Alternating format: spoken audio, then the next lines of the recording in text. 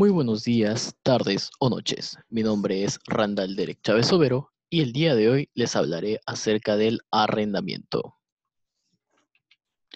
Los temas a tratar serán la definición, características, elementos, clases, efectos, tipos y un poco de actualidad. El objetivo de esta exposición es meramente informativo, ya que se hablará todo acerca del arrendamiento y también tocaremos un poco de la aplicación del arrendamiento en el territorio nacional. Definición. El arrendamiento es el contrato por el cual una persona se compromete con otra a proporcionarle el goce temporal de una cosa o ejecutar para ella cierto trabajo, mediante una remuneración llamada merces. Es un contrato consensual de carácter oneroso. Características.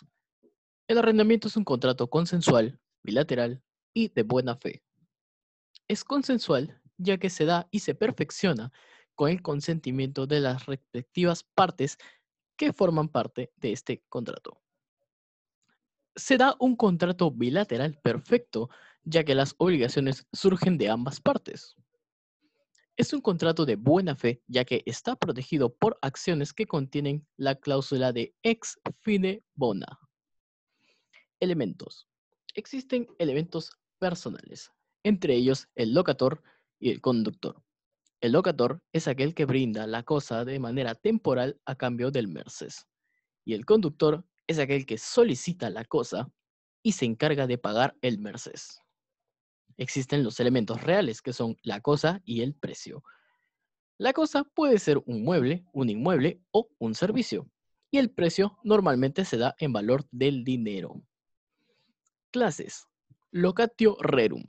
Es aquel que se da solo por el consentimiento de las partes. Su escritura y las arras eran pruebas de ese consentimiento. El acuerdo recae en la cosa. Si éste no posee equilibrio para ambas partes, se le denomina contrato leonino. Locatio operarum. Aquel que hace referencia al arrendamiento de esclavos, ya que son sus servicios, tales como el de mercenario o trabajos, son los que son arrendados. Cabe destacar también que en el antiguo Imperio Romano los esclavos eran considerados cosas, no seres humanos. Efectos.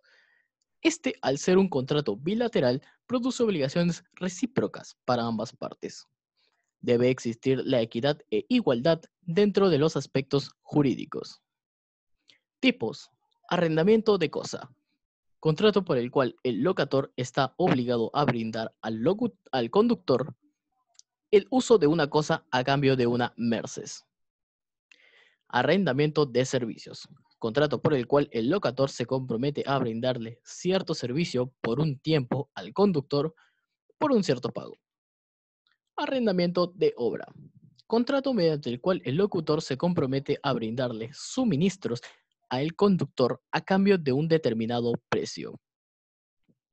Actualidad. Arrendamiento en el Perú.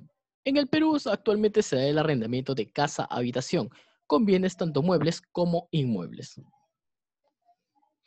Obligaciones del arrendador. La obligación de entregar el bien mediante el artículo 1678 que estipula que el arrendador está obligado a entregar al arrendatario el bien arrendado con todos sus accesorios en el plazo, lugar y estado convenidos. Si no se indica en el contrato el tiempo ni el lugar de la entrega, debe realizarse inmediatamente donde se celebró, salvo que por costumbre deba efectuarse en otro lugar o época. Presunción del buen estado. Artículo 1679, que estipula que, entregado el bien al arrendatario, se presume que se halla en estado de servir y con todo lo necesario para su uso. Obligaciones adicionales al arrendador. Artículo 1680. También está obligado el arrendador a mantener al arrendatario en el uso del bien durante el plazo del contrato y a conservarlo en un buen estado para el fin del arrendamiento. A realizar durante el arrendamiento todas las reparaciones necesarias, salvo pacto distinto. Obligaciones del arrendatario.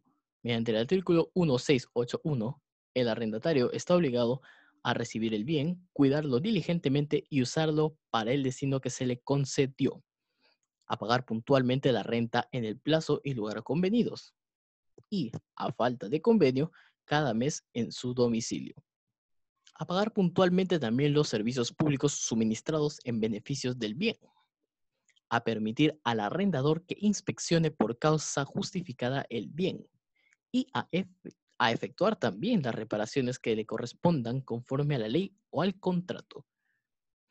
También a no hacer uso imprudente del bien o al contrato o al contrario al orden público o a las buenas costumbres.